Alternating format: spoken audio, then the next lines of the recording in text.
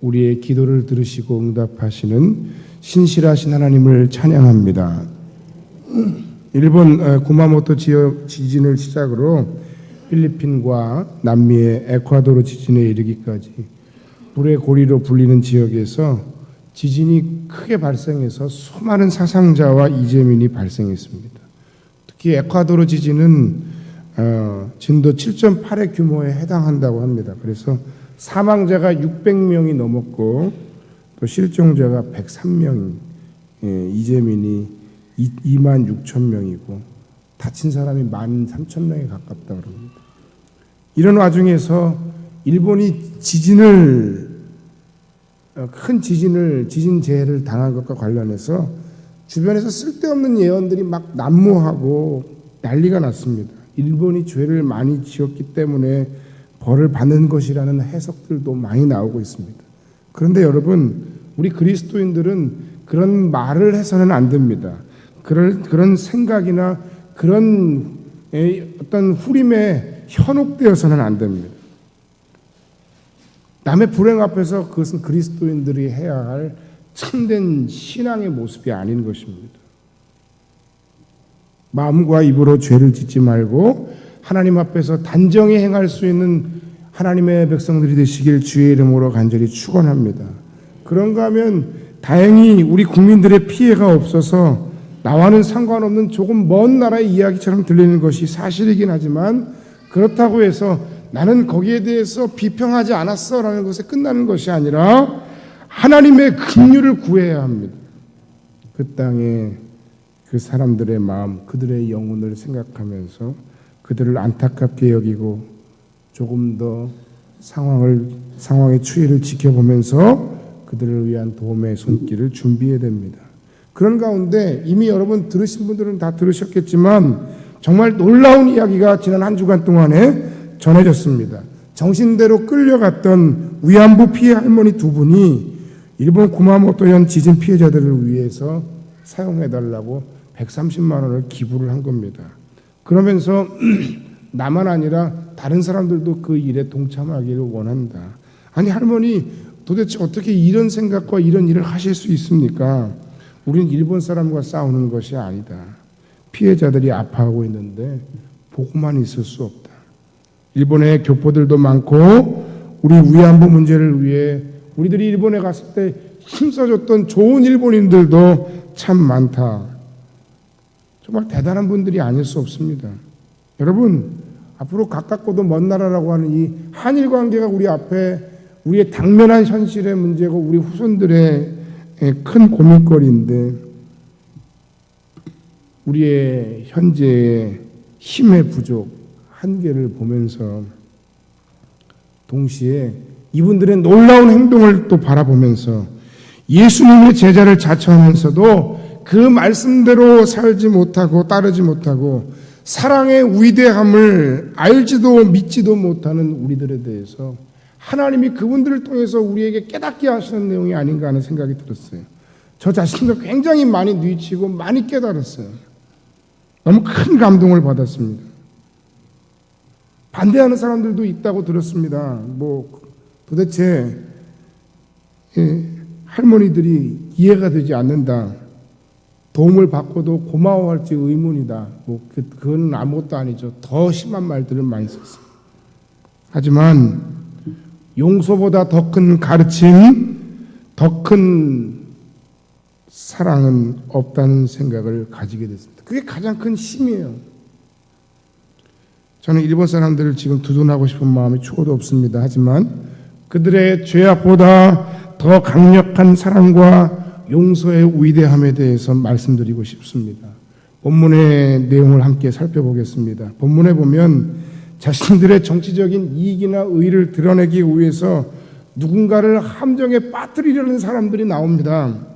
그리고 그 사람들은 그 목적을 위해서 누군가 한 사람쯤은 희생시키는 것들을 눈 하나 깜짝하지 않는 사람들이 보입니다. 예수님이 성전에서 백성들을 가르치실 때에 서기관들과 바리새인들이 가늠하다가 현장에서 잡힌 여인을 끌고 와서 세웠습니다. 그리고 예수님에게 묻는 겁니다. 모세의 율법에 이런 사람들은 돌로 쳐 죽이라고 했는데 어떻게 할까요? 선생님은 어떻게 생각하십니까? 왜 이들이 예수님 앞에 이 여인을 데리고 온 걸까요?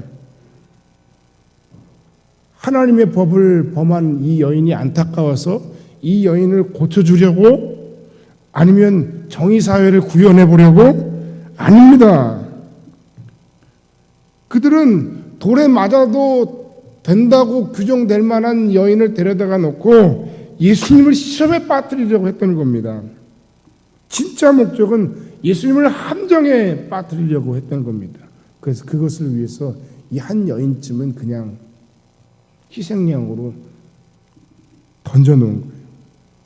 서기관들과 바리새인들이 파놓은 함정은 이런 것입니다. 만약 예수께서 그 음행하다 현장에서 잡힌 여인에 대해서 돌로 치라고 얘기한다면 그동안 예수님께서 숱하게 계속 사람들을 향해서 자비를 행해야 한다, 자비를 행해야 한다, 사랑해야 한다고 한 그 모든 말씀들이 다 거짓말이 되는 거예요. 그리고 사형권을 가지지 않은 예수님이 사형을 명했다는 명분으로 로마의 당국에 고발하려고 했던 거예요.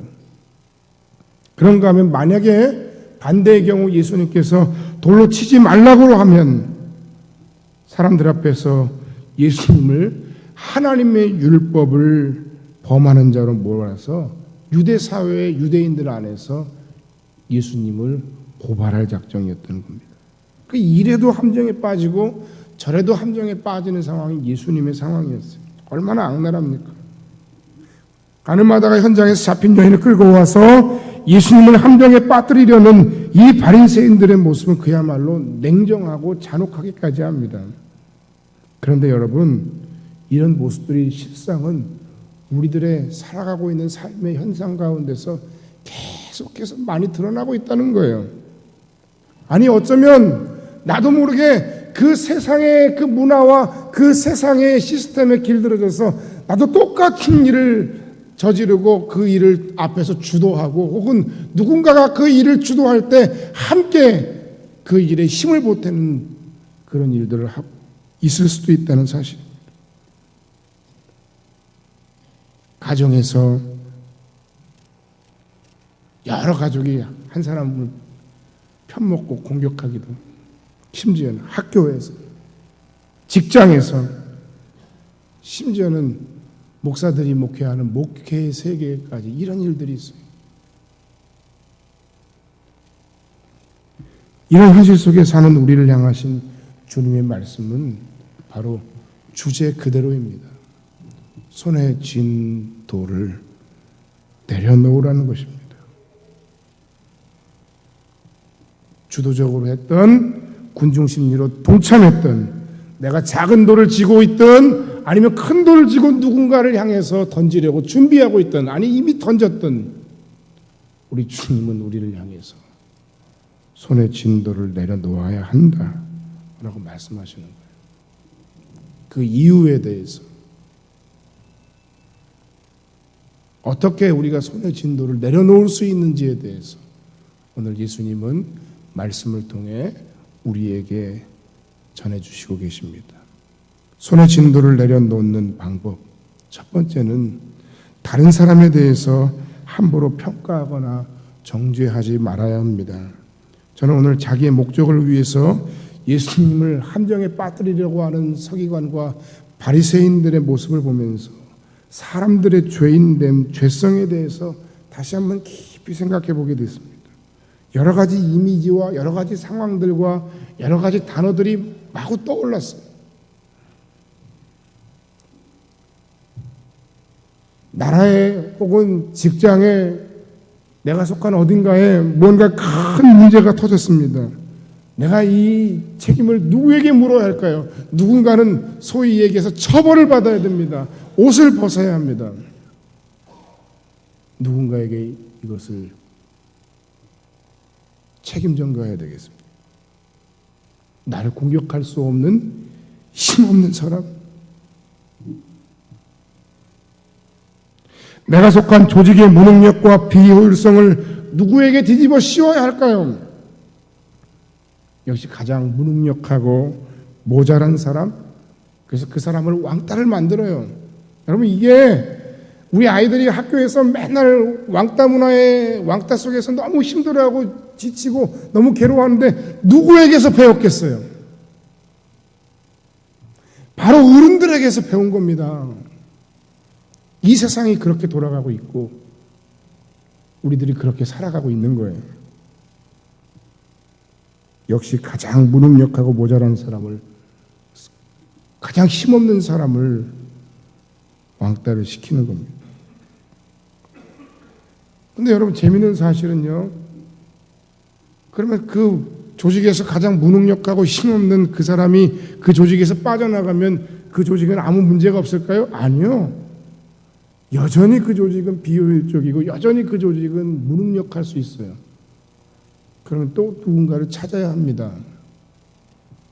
그런데 문제는 그 사람이 나가고 나면 바로 그 다음 차례는 당신일 수 있다는 사실이에요. 왜 사람들이 누군가의 허물이 드러나면 죽자사자 대들어서 저 사람을 못 잡아먹어서 안달이나고 물어뜯으려 할까? 여러분, 우리가 잘 아는 단어 있잖아요. 방귀 낀 놈이 성낸다. 자기 허물을 덮기 위한 일종의 자기 방어인 겁니다. 내가 그 사람을 공격하는데 함께 하지 않으면 나도 그 사람처럼 사람들에게 공격받고 취급당할까 봐. 오늘 본문에서 예수님이 그런 그들을 향해 무엇이라고 말씀하고 계십니까? 누구든지 너희 중에 죄 없는 자가 돌을 치라. 우리가 하나님의 말씀대로 살면서 이 세상 속에서 하나님의 사랑을 실천하고 그 사랑을 통해 하나님의 영광을 드러내는데 구체적으로 가장 많이 걸리는 일들이 바로 이런 일들이에요. 손에 돌을 쥐고 그것을 들어서 누구를 향해서 던지려고 하는 그 모습, 그 행위 자체가 바로 정죄하는 태도예요.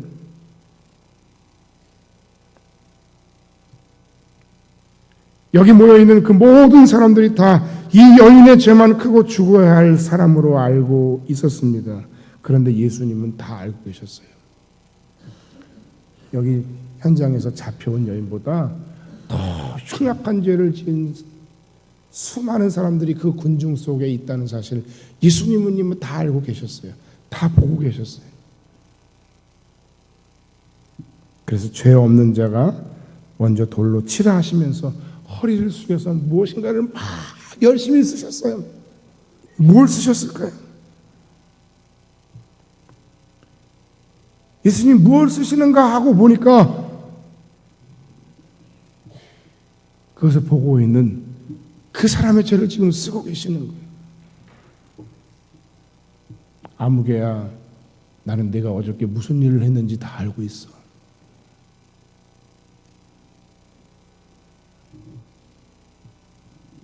뭐 하다 왔니? 우리 주님은 다 아시니까 그 사람들의 죄를 적는 그 모습을 보시고 마음에 찔림을 받았다고 기록했습니다.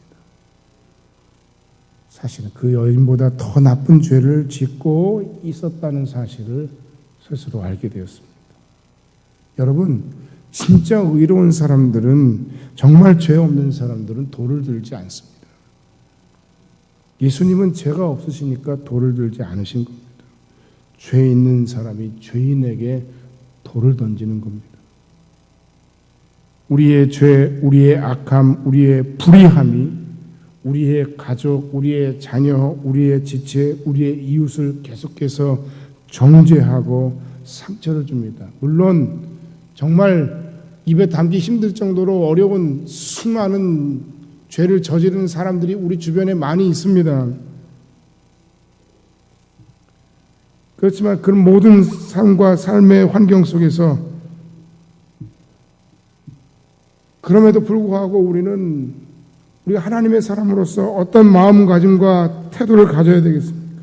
모든 사람들의 마음을 아프게 하는 우리의 돌을 든 행위의 마음 속에는 우리의 마음의 죄악이 더욱더 가득하고 그것이 우리로 하여금 누군가에게 돌을 덜게 하고 우리로 하여금 누군가에 대해서 정죄하고 입으로 사람을 다 죽이는 일들을 하고 있는 겁니다. 손에 돌을 드는 행위 그 자체가 바로 다른 사람들에 비한 어떤 영적인 교만과 우월함에서부터 시작된다는 겁니다. 우리가 누군가에게 다가가서 그 사람에게 하나님의 복음을 전하는데 그 복음을 전하는 마음 가운데 나는 예수 믿어 구원받았는데 너는 아직도 예수 믿지 않은 죄인이잖아. 그런 마음으로 그 사람들에게 다가갔는데 그 사람들이 여러분 그들의 마음을 열겠습니까? 내가 선교지에 가서 단기 선교를 하고 그 사람들에게 가서 무언가를 행할 때 나는 많은 것을 가진 사람으로서 너한테 많은 것을 줄 거야 하고 하면서 자꾸 시혜를 베푸는 그런 모습으로 우리가 나아가고 그런 우월함과 교만함으로 나아가면 그들의 마음이 열리겠습니까? 그런 누군가에 대한 정죄, 그런 누군가에 대한 비판, 그런 누군가에 대한 손에 돌을 치는 행위는 바로 우리 마음 가운데 나도 알지 못하는 사이에 있는 내 모든 마음의 우월함, 영적 교만, 그것입니다. 그런데 문제는 그런 우월함과 영적 교만이 하나님 앞에서 우리의 영적인 죄악을 드러내는 것이고 그 영적인 죄악은 곧 우리의 마음 가운데 그 사람 누군가에 대한 사랑을 완전히 없애버리는, 사랑을 잃어버리는, 내 삶 속에서 사랑을 소멸시키는 그런 모습으로 나아가게 된다는 겁니다. 그 바리새인들의 틈바구니에 끼어서 여러분의 진짜 의도와 상관없이 군중심리로 나도 그런 사람 취급받을까 두려워서 죽어가는 그 사람을 죽이는데 함께 동참하지 마세요. 다음번엔 여러분이 그 대상일 수 있습니다. 세상의 문화에 속아서, 세상의 문화에 속해서 그들과 동조하지 말고 오히려 예수님의 제자로서의 길을 용기 있게 당당히 따라가실 수 있기를 간절히 바랍니다.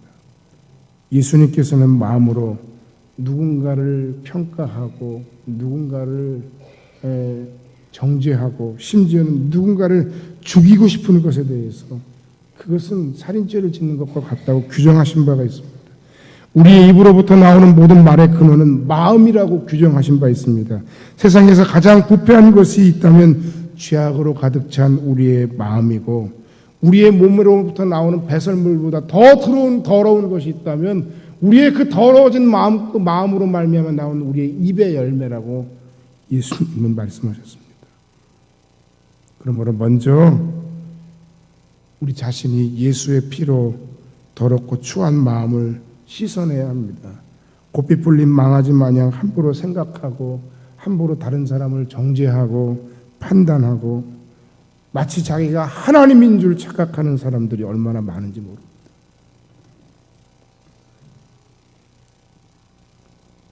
그런 마음을 우리가 내려놓고 그리고는 말을 조심해야 됩니다.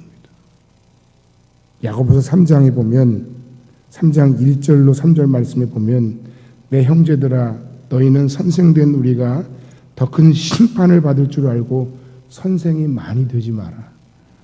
우리가 다 실수가 많으니 만일 말에 실수가 없는 자라면 곧 온전한 사람이라 등이 온몸도 굴레 씌우리라.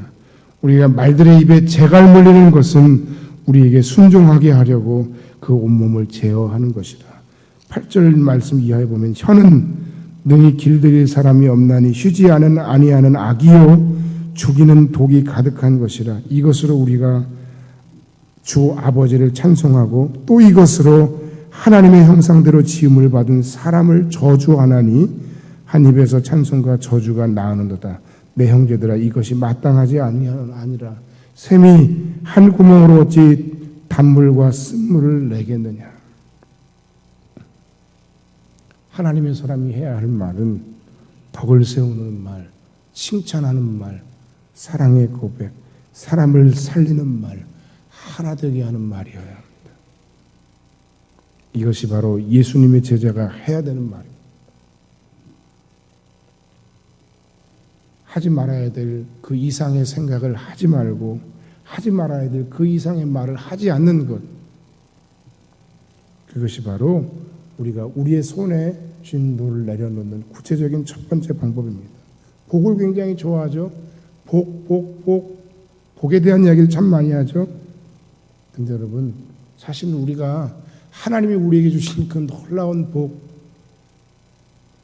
내 인생의 복, 자녀라고 하는 복, 가정이라고 하는 울타리의 복, 우리의 교회의 지체라고 하는 교회의 공동체라고 하는 복, 참 많은 은혜와 복을 주셨는데 그 복을 허무는, 포도원을 허무는, 그것이 어디에 기인하느냐? 사실은 다 앉아서 우리가 다 마음으로, 생각으로, 입으로 다 까먹고 있는 거예요. 다 스스로 망가뜨리고 있는 거예요. 관계를 누가 망가뜨렸어요? 내가 하지 말아야 할 생각과 하지 말아야 할 말로 깨뜨렸잖아요.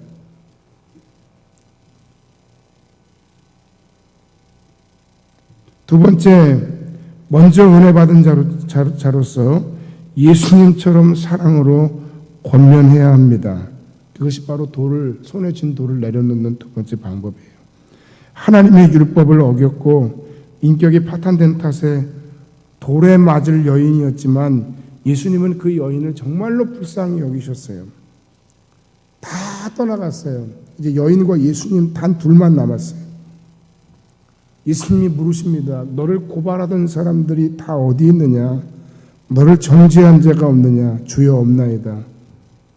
이르시되 나도 너를 정죄하지 아니하노라. 정죄하신다면 예수님만이 하실 수 있는데 예수님조차도 그 사람에 대해서 정죄하지 않으신다는 거예요.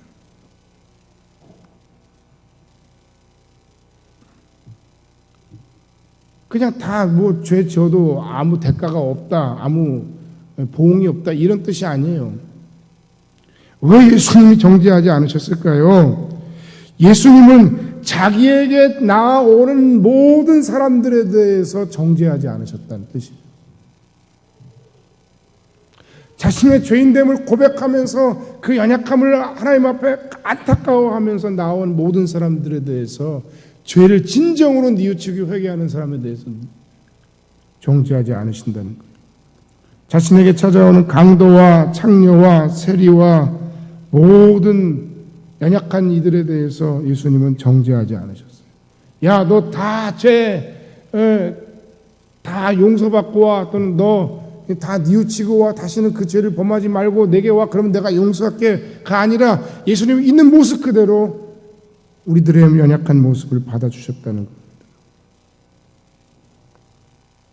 내가 다 안다. 너의 인생의 절망이 무엇인지, 너의 슬픔이 무엇인지, 네가 그토록 사람들 앞에서 숨기고 싶은 너의 마음의 죄가 무엇인지, 삶의 죄가 무엇인지 나는 다 안다.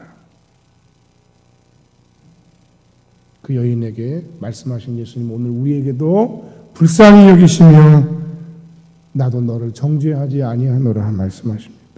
그런데 여러분, 우리가 놓치지 말아야 아주 중요한 포인트가 하나 있습니다.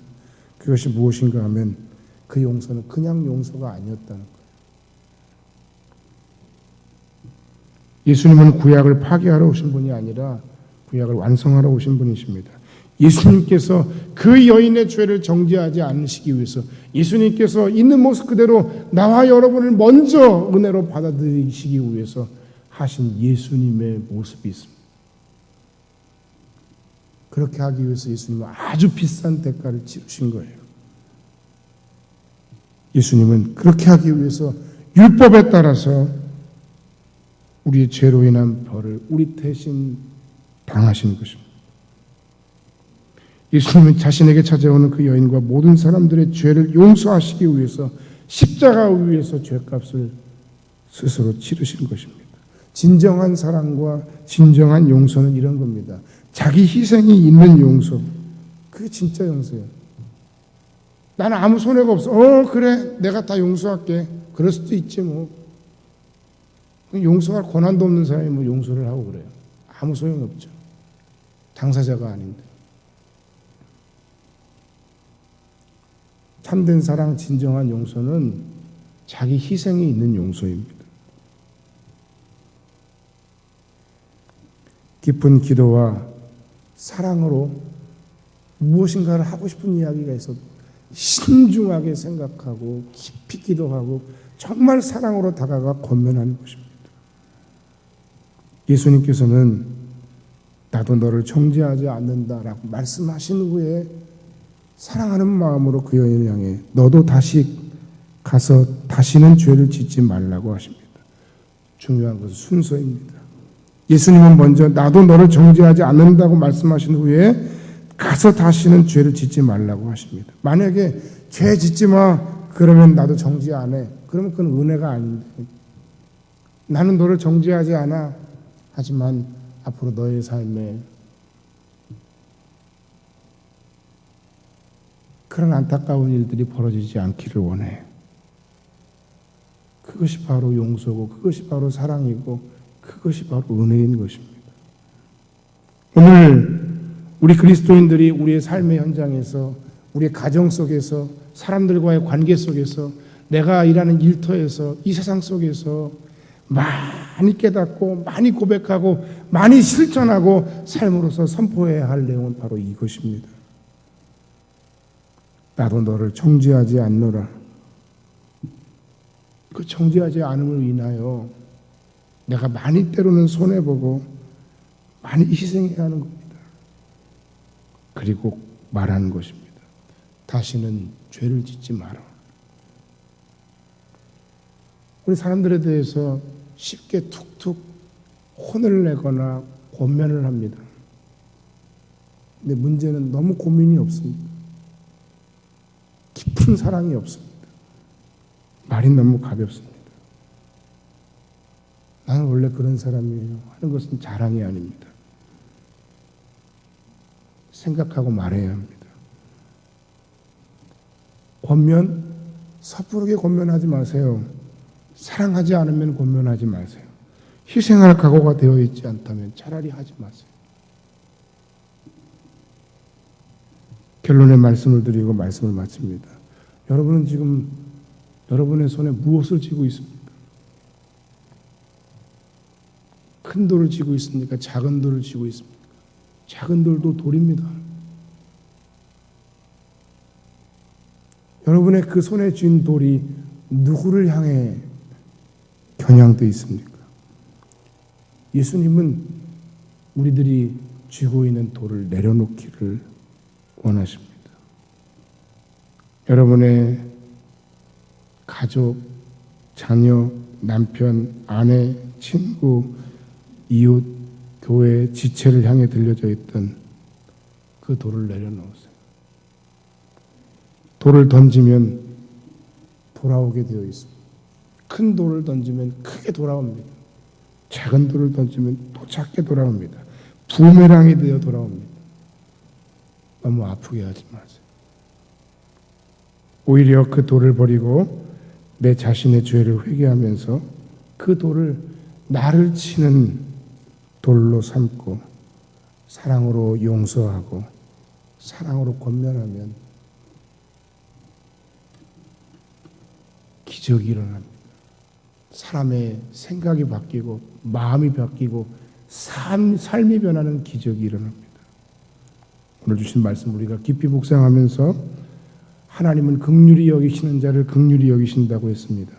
긍휼히 여기는 자가 하나님의 긍휼하심을 받는다고 말씀하셨는데, 긍휼히 여기고 용서하고 사랑하고 손에 쥔 돌을 내려놓고 정당하지 않은 말과 평가로 사람들에게 상처를 줄 것이 아니라 하나님의 사랑과 긍휼을 오히려 우리의 모든 삶의 현장에서 구체적으로 실천하고 나누고 섬김으로 하나님의 위대한 기적을 매 순간 날마다 경험하고 간증하고 고백하는 여러분의 가정, 여러분의 일터, 여러분의 교회가 되어지기를 주님의 이름으로 간절히 축원합니다.